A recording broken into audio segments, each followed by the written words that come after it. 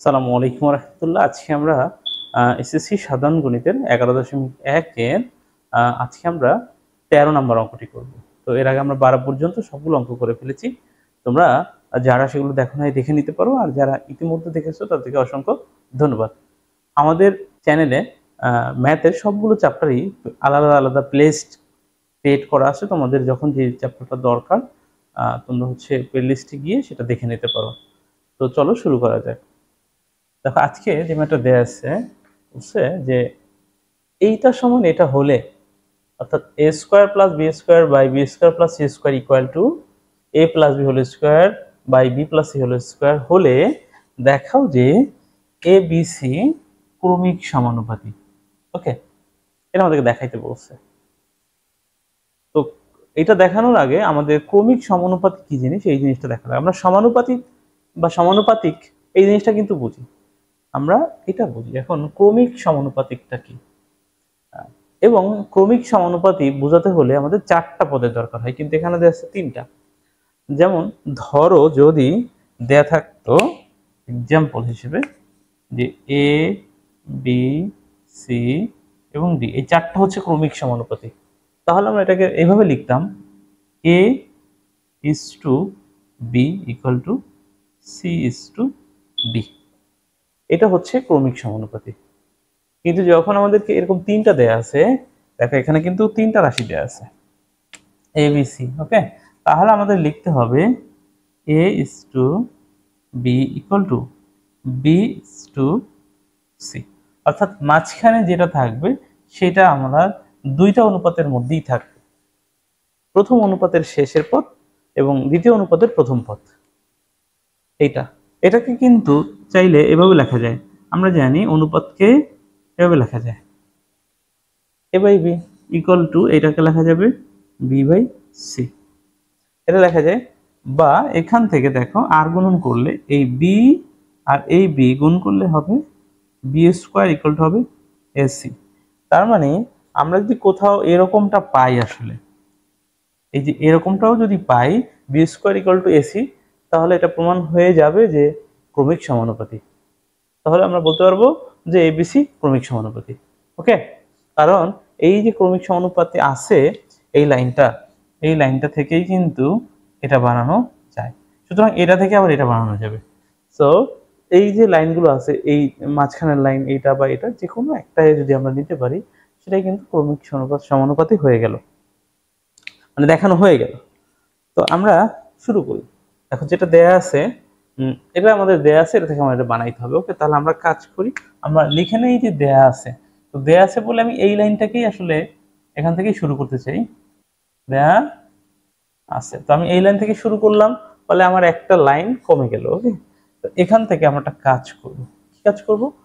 দেখো আমরা A B R BC এই জিনিসগুলো দেখি। এখানে এই দেখো এখানে আছে এ বি, আবার নিচে আছে বিসি, এদিকে আছে দেখো এ বি, নিচে আছে বিসি। তো আমরা একই জিনিস একদিকে নিয়ে নিব, একই জিনিসগুলো একদিকে নিয়ে নিব।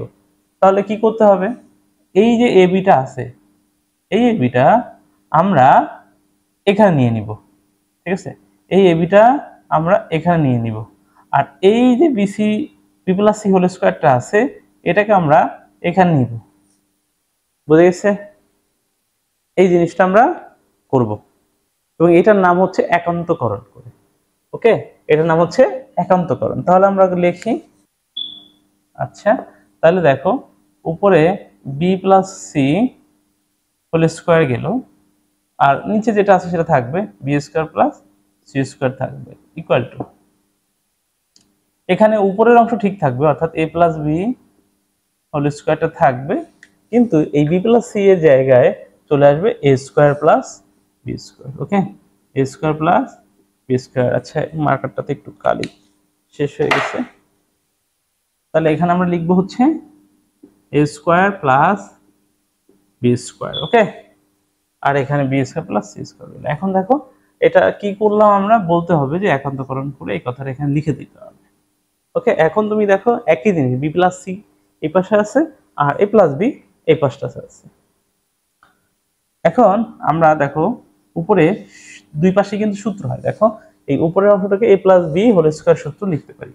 তাহলে a square plus 2ab plus C square, sorry এখানে একটু ভুল হয়েছে, এটা আসলে ab না, অ্যাকচুয়ালি a হচ্ছে এখানে b আর b হচ্ছে আসলে c। ওকে, আর নিচে B square plus C square equal to একইভাবে এখানেও দেখো a square plus 2ab plus B square a square plus B square. আমরা এখানে শুধুমাত্র ফর্মুলা ইউজ করছি এই জায়গাটাতে। ওকে, এখন পরের লাইনে আমরা যোজন বিয়োজন বলে কথা, আমরা এই চ্যাপ্টারের অঙ্ক বাকিগুলো যারা করে আসছে তারা জানে এমনিতেই, আমরা এখানে শুধু বিয়োজন করব, শুধু বিয়োজন। ওকে, বিয়োজন কেন করব তুমি দেখো, যখন বিয়োজন করবো এই বি স্কয়ার সি স্কয়ার উপর থেকে কেটে যাবে, এখানেও এ স্কয়ার প্লাস বি স্কয়ার কেটে যাবে। ওকে, তাহলে আমরা দেখো উপরে যে অংশগুলো আছে B square plus 2bc plus C square minus বিয়োজন করছি যেহেতু, তাহলে মাইনাস হয়ে যাবে সি স্কয়ার। দেখো মাইনাস আসলে হওয়ার কথা ছিল হচ্ছে, দেখো এটা মাইনাস হয়ে হওয়ার কথা ছিল হচ্ছে এটা, ঠিক আছে। এই এটাকে আমি এটা দিয়ে দিই, এখানে কিন্তু মাইনাস হচ্ছে এটা হওয়ার কথা ছিল, কিন্তু আমরা যেহেতু এখানে মাইনাস করতেছি এবং ব্র্যাকেটটা একবারে এখানে আমরা দিব না, ফলে এটা আসলে কি হয়ে যাচ্ছে, এটা মাইনাস হয়ে যাচ্ছে, অর্থাৎ সাইন পরিবর্তন হয়ে যাচ্ছে। তোমরা আশা করি এটা জানো যে বিয়োগ করলে কি করতে হয়।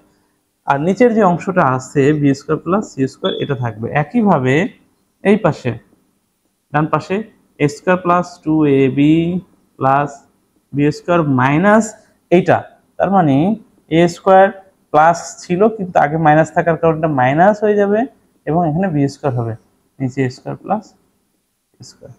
এখন দেখো এখানে এই যে বি স্কয়ার আর এই বি স্কয়ার কাটা, সি স্কয়ার কাটা, এখানে এ স্কয়ার বি স্কয়ার এবং বি স্কয়ার কাটা, তাহলে উপরে কি থাকে, এটা আমরা কি করছি এখানে একটু লিখতে হবে যে এটা বিয়োজন করে, কি করছি আমরা এটাকে বিয়োজন করে, এই কথাটাও এখানে লিখে দিতে হবে, বিয়োজন করে, এখানে একান্তকরণ করে এখানে বিয়োজন করে, এই কথাগুলো লিখতে হবে। সাইড নোটগুলো ম্যাথে ইম্পর্টেন্ট। তো এখন দেখো তাহলে এখানে পরের লাইনে নিচে থাকে B square plus C square আর নিচে উপরে শুধু থাকে 2bc ইকুয়াল টু এখানে শুধু থাকে 2ab, নিচে থাকে এ স্কয়ার প্লাস বি স্কয়ার। তাহলে এখন দেখো এইখানের এই যে 2b, আবার এখানেও আছে এই যে 2b, বুঝে গেল, এই 2 এর সাথে এই 2 মাঝখানে এ আছে, তো এই দুইটা 2b কে আমরা সরাই দিতে পারি না।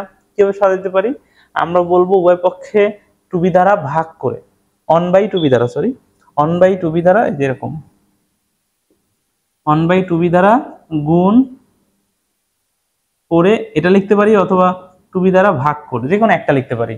তাহলে তখন এই 2bটা উভয় পক্ষ থেকে কি হয়ে যাবে, কেটে যাবে, ঠিক আছে। তাহলে তখন কি থাকবে এখানে, তখন কিন্তু শুধু যেটা থাকবে উপরে থাকবে শুধু সি, নিচে B square plus C square equal to এখানে উপরে থাকবে শুধু এ, নিচে A square plus B square. এটা এই পর্যন্ত কি বোঝা গেছে? দেখি নিচের লাইনটা কি দেখা যায়। তো এখন আমরা আর গুণন করে ফেলবো, ঠিক আছে। তো আর গুণন করব কিভাবে, আর গুণন মানে হলো দেখো এইটার সাথে এই যে সি এর সাথে এই অংশটা গুণ হবে, আবার এইটার সাথে অর্থাৎ এই অংশগুলোর সাথে এই এ এর গুণ হবে। আশা করি বুঝতে পারছো এই জায়গাটা, ঠিক আছে। তাহলে আমরা আর গুণন করে এই পাশে লিখি। ওকে, তাহলে প্রথমে আমরা দেখো এখানে কি আছে, সি দিয়ে যদি আমরা এই পাশটাকে গুণ করি তার মানে হবে C into A square plus B square equal to A দিয়ে যদি গুণ করি তাহলে হবে A into B square plus C square, এটা হবে।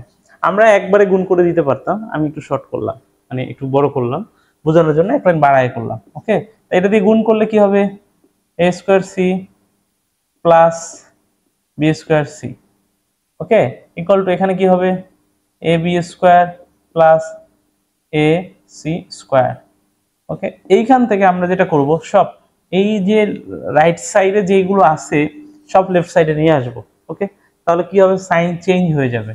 ঠিক আছে, এখানে যেমন A square C plus B square C minus হয়ে যাবে এ বি স্কোয়ার মাইনাস হয়ে যাবে A C square equal to থাকবে 0। ওকে, এখন আমরা যেটা করব এখান থেকে যেখানে যেখানে এ আছে সেইগুলো এক জায়গায় রাখবো, যেমন এইখানে আর এখানে হচ্ছে দেখো এ আছে, এগুলো এক জায়গায় রাখবো। আর এখানে আর এখানে বি আছে, এগুলো এক জায়গায় রাখবো।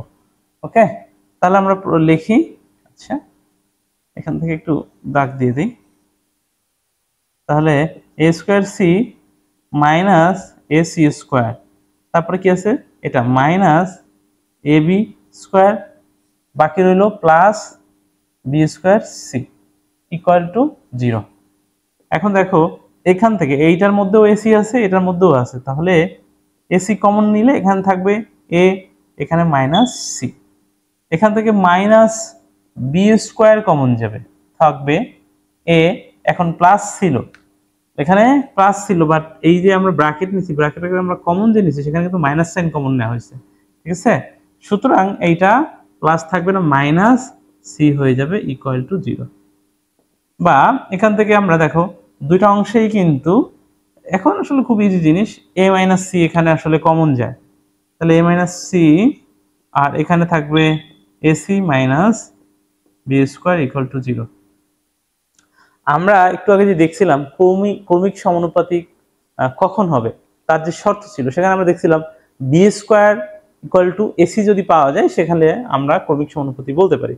তাহলে সেই জিনিসটুকু কিন্তু আমরা দেখতে পাই যে এই পাশটাতে আছে, এইখানে এই অংশটার মধ্যে আছে, তাহলে এইটা আমাদের দরকার নাই। তাহলে এটা যদি দরকার নাই, আমরা এখান থেকে যেটা করতে পারি সহজেই, এই অংশটুকুকে এই পাশে 0-র সাথে ভাগ করে দিলে এটা কি আছে গুণ। দেখো এখানে এই যে দুইটা অংশ, এই অংশটা এই অংশটা গুণ আছে, তাহলে এই অংশটা যদি আমরা রাইট সাইডে পাঠাই দেই তাহলে ভাগ হয়ে যাবে, 0-র সাথে ভাগ হইলে কি হয়ে যাবে গুণ হয়ে যাবে। তাহলে কি থাকবে শুধু, তাহলে থাকবে AC equal to AC minus B square equal to 0। অতএব এখান থেকে লেখা যায় AC equal to B square. তাহলে আমাদের শর্ত আসছে, এইটা পাইলেই আমরা বলতে পারি এইভাবে এটাকে একটু ঘুরায় লিখে দিতে পারি, অতএব বি স্কোয়ার ইকুয়াল টু আসলে এসি। এইটা জাস্ট কি করছে, লাইনটা এটা ওই পাশে নিছি, এই অংশটা যখনই পাওয়া যায় তখন বলা যায় এই এবিসি কি একটি ক্রমিক সমানুপাতিক। কিভাবে বলা যায় আমরা একটু আগে দেখছিলাম যে এই যে এখান থেকে A is to B equal to B is to C. Okay, তো এখান থেকে লেখা যায় A by B equal to B by C. তাহলে এখান থেকে আমরা গুণ করলে, এই যে আর গুণ করলে B square equal to AC হবে। সুতরাং এইটা যখনই পাওয়া যাবে এইটাই আমরা বুঝতে পারবো যে একটি ক্রমিক সমানুপাতি আছে, এই তিনটা এবিসি। ওকে, এখন তুমি এখানে অ্যান্সার লিখতে পারো। সুতরাং এবিসি ক্রমিক সমানুপাতি, সেটা কি হলো দেখানো হলো। ওকে, আবার কেউ যদি মনে করে যে না আমি এখানে লিখবো না, এটা আমি একেবারে এই লাইনে নিয়ে যাব, যেতে পারে। তাহলে এই পরের লাইনে এইটার পরে এই লাইনটা আসবে, এই লাইনটা বানানো যায় কি না, বানানো যায়। কিভাবে, ধরো আমরা একটু উপরে উঠে দেখা যায় কি, দেখা যাচ্ছে মনে হয় না। দেখো এখানে বি, এই যে বি স্কোয়ার আছে, এটা বি ইন্টু বি না ইকুয়াল টু এসি, তাই কি না বলো। ওকে, তাহলে এখন দেখো এইখান থেকে একটা বি যদি আমরা ওই পাশে নিয়ে যাই রাইট সাইডে, তাহলে কি হয়ে যাবে নিচে যাবে, আর সিটাকে যদি আবার লেফট সাইডে নিয়ে আসি সেটা ভাগ হয়ে যাবে, তাহলে এখানে থাকবে বি বা C equal to A by B. দেখো আমরা যেটা দরকার সেটা আমরা পাইছি, ব্যাস। তাহলে আমরা কেউ চাইলে এই পর্যন্ত লিখে দিতে পারে, তারপরে বলতে পারে যে দেখানো হলো এবিসি ক্রমিক সমানুপাতি, অথবা কেউ যদি এখানেও রেখে দেয় তাতেও কোনো অসুবিধা হবে না, কারণ এইটা আসলেই সেটাই ক্রমিক সমানুপাতির শর্ত। তো আশা করি সবাই বুঝতে পারছো। আজকের মতো এ পর্যন্তই। ধন্যবাদ সবাইকে, আল্লাহ হাফেজ।